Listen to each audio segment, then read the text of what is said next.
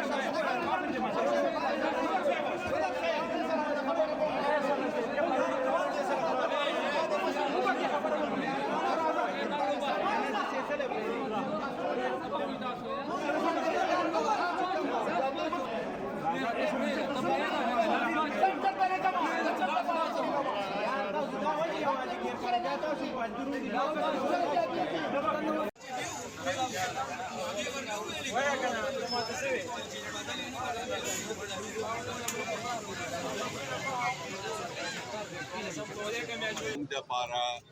एक इंतहाई अहम इलेक्शन है और ये इलेक्शन पार्टियों का नहीं है, ये